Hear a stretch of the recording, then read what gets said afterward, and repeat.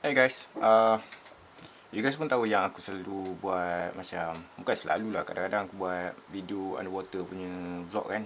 Aku pakai GoPro, aku self-filming, selfie kan. Some people dia ada tanyalah, aku punya setting dalam air untuk GoPro tu macam mana. So dalam video kali ni aku nak share sikit lah macam mana aku setting GoPro aku. By the way, aku gunakan GoPro Hero 8. So aku rasa setting dia tetap sama saja untuk Hero 9, Hero 7, Hero 10 maybe.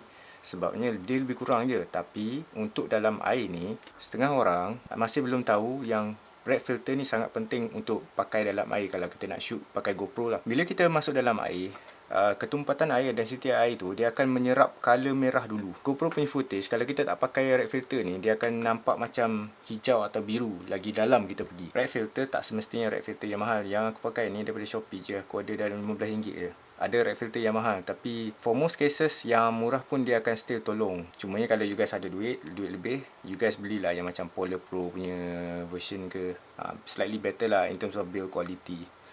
Okay guys, let's have a look on the settings underwater lah. Macam you guys tengok aku punya video-video underwater sebelum ni kan, ini cara setting dia. So bila kita tengok dekat GoPro ni, kalau kata GoPro 7, 8, 9, 10, dia settingnya lebih kurang sama je. So bila kita dekat bahagian setting, let's say dekat bahagian video ni kita ambil lah mana-mana. Yang ni aku sebenarnya memang dah siap-siap dah buat, tapi aku tunjukkan sekali lagi lah. So untuk setup setting aku akan explain lah kenapa aku pilih setting ni. Okay, first kali kita tengok dekat resolution dengan FPS. Ini setting untuk size file video yang just nice, yang tak besar sangat, tak kecil sangat, just nice lah untuk editing.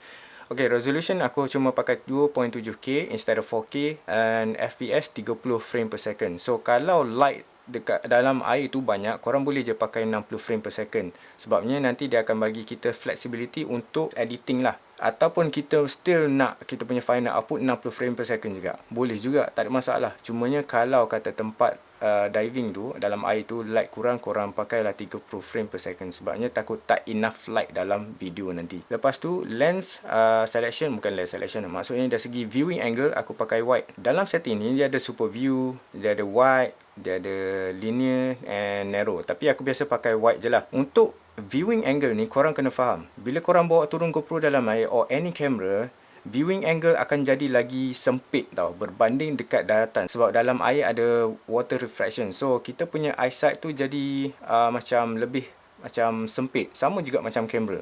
Sebab tu ada setengah kamera bila bawa dalam air dia pakai wide angle. Lens yang lain kat depan dia nak tambah, dia nak kembalikan angle yang asal. And then hyper smooth yang untuk stabilizer aku just on, tapi aku tak pakai boost lah. Sebab kalau boost high dia akan crop and dia akan makan bateri. So aku tak nak lah bateri aku cepat kaput. Next one, ni bahagian dekat Pro Tune lah. Pro Tune ni bahagian macam kita nak setting file tu information banyak ke tak. Contohnya macam bitrate. Bitrate ni dia macam raw format lah, lebih kurang lah. Adakah kita nak pakai standard ataupun kita nak pakai high. So biasanya aku hanya pakai standard je lah. Sebab kalau aku pakai high, file size memang agak besar, sangat besar. Takut tak larat komputer ataupun iPad nak edit nanti. Cuma the best part is dia ada bagi flexibility untuk kita buat color correction a bit more lah. Tapi standard ok lah. Tapi bagi aku tak ada beza sangat pun antara standard dengan high punya bitrate. Sebabnya still boleh buat color correction je. And shutter aku just leave it auto. Sebab apa? Just nak bagi senang sikit lah, nak compensate perubahan cahaya dalam air nanti. EV compensation biasanya aku just letakkan kosong. Kadang-kadang aku buat negatif 5. Biasanya macam tu lah. Tapi most of the time aku letak kosong je lah. And then white balance aku just biarkan auto. Sebabnya aku memang nak sengaja biarkan GoPro tu adjust color dia sendiri dengan red filter yang sudah dipakai. Sebabnya memang GoPro punya color adjustment dalam air is agak ok. Kalau untuk air shallow lah 15 meter ke atas. And ISO biasa aku maintain lah. Kalau minimum 100, ISO max 400. Kalau tempat tu macam light cahaya dalam air tu just nice.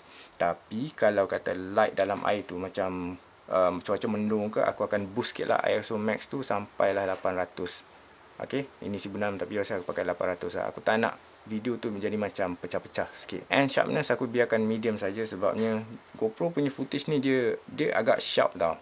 Agak sharp sampai kan dia nampak macam pelik sikit. So aku kadang-kadang aku buat medium ataupun aku buat low. Tapi most of the time aku pakai medium je lah. And ini yang agak penting lah. Color ni kita ada dua pilihan. GoPro punya color yang rich yang kontras dia tinggi ataupun flat. Kalau dalam air aku pakai flat sebab apa, nanti senang untuk aku buat post processing color. So kalau kita shoot dalam flat color, dia bagi kita extra flexibility lah untuk kita adjust color tu. Sebab tu kalau kita nak buat post processing editing untuk footage GoPro dalam air, kita kena pastikan setting tu betul dulu. Sebenarnya GoPro punya color sekarang ni, lagi-lagi Hero 7, 8, 9, 10, dia punya information dalam video tu sangat-sangat banyak actually. So with the right filter, with the right setting, kita boleh proper lah punya shooting video dalam air nanti. You guys try je setting tu dulu, and then kalau ada mana-mana yang korang tak berkenan, korang just tweak je lah kat bahagian angle of viewing ke, kau nak pakai ISO yang tinggi sikit ke, kau nak pakai 4K ke, it doesn't matter. Tapi for sure you guys kena faham, GoPro punya video dia akan cantik kalau air tu memang sedia maklum dah cantik. The water visibility is okay. And satu lagi, depends on keadaan air tu. Kalau air tu macam air laut tu color biru, red filter. Tapi kalau air tu more tu hijau, dia kena macam pakai yang magenta sikit. So sebenarnya filter ni dia ada 2-3 jenis, merah dengan magenta, and apa lah satu lagi aku lupa. Nanti aku letak dalam description. So nanti bila you guys nak dive, nanti you guys tengok lah yang mana-mana filter yang sesuai untuk dibeli. Okay, tak kisahlah GoPro model mana pun, asalkan korang dapat dia punya filter dengan setting yang betul. So guys, aku rasa itu je lah dalam video kali ni. So aku harap membantulah sedikit sebanyak untuk cara setting GoPro untuk shoot dalam air. Hopefully it will help you guys lah. Okay, ingat kalau ada apa-apa just komen je kat bawah, and aku akan cuba reply balik lah.